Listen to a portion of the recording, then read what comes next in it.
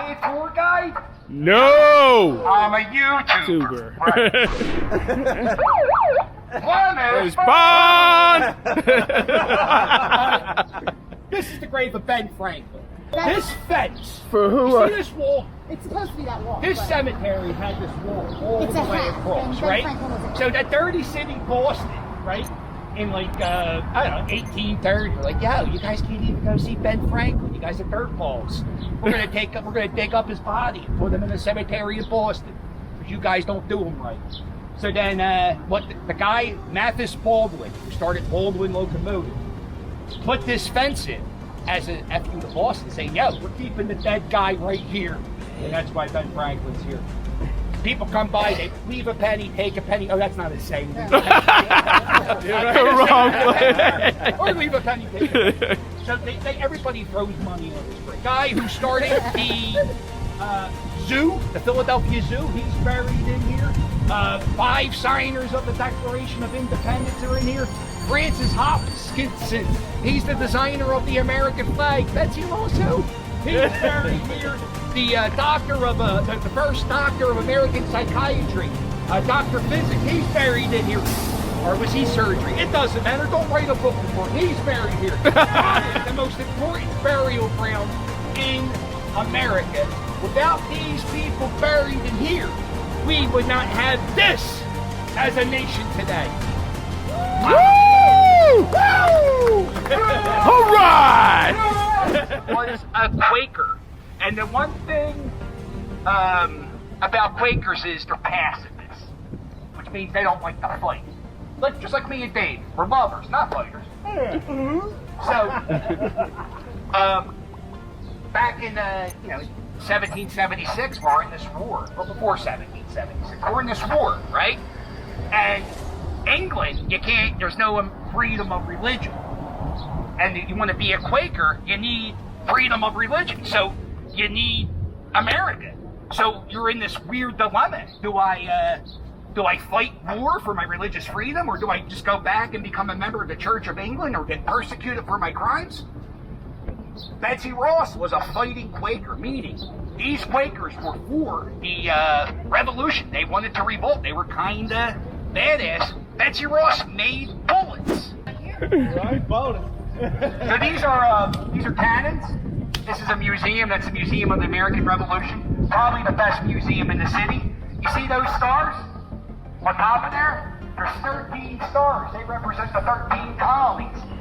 If you count the sided stars, those are 6-pointed stars.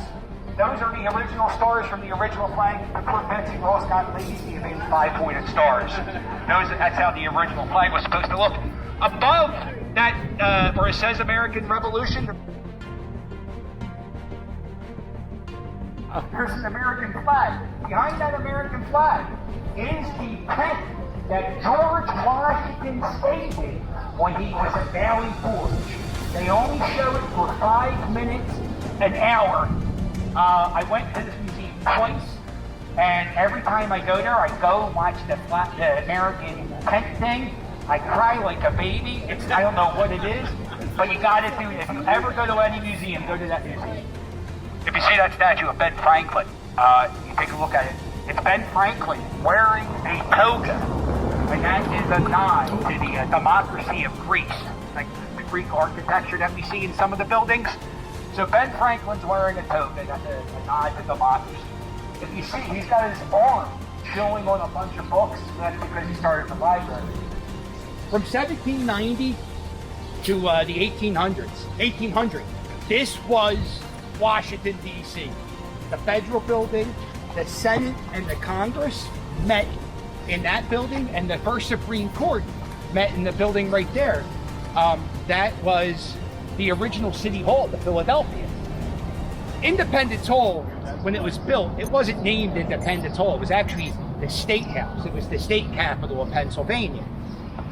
So in 1825, there's this guy, Marquis Lafayette. He comes walking around and he said, "In the Hall of Independence." This is where, and that's where the term Independence Hall came from. First time the Declaration of Independence was read publicly, it was read in German, not English.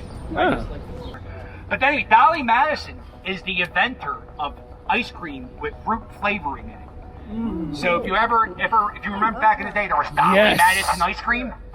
It's because she invented it.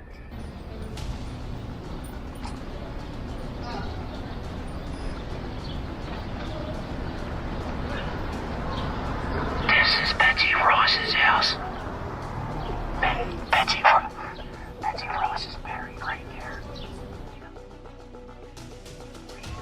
Her upholstery store, her upholstery shop was right here. And she would make bed clothes, and that's an actual term. Bed clothes is a thing from like the 1780s, 1790s. It would be cold, so to keep the heat into your bed, you would have like curtains around your four-post bed, even keep the heat in even more. So that was the thing they called bed clothes, and she made them in it. Now she did make the American flag. She made it up there in the second floor window, because if somebody peeked their head in there and they saw her making the American flag, she would have been killed, because that's treason. She made bullets in here. She was part of that Quaker church. So even if she didn't design the American flag, she should still be celebrated. Don't worry, folks. That building's not abandoned. It's getting fixed. Oh. Right across the street.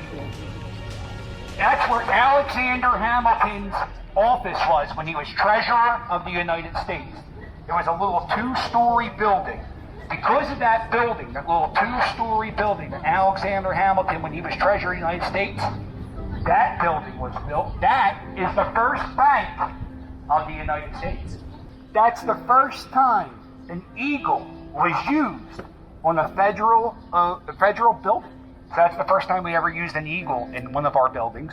The bank was in there. There's supposed to be a gorgeous dome.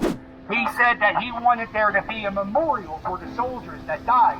And he picked this location for there to be a memorial for the tomb of the unknown soldier. So if you come here, they have a statue of Washington, the eternal flame.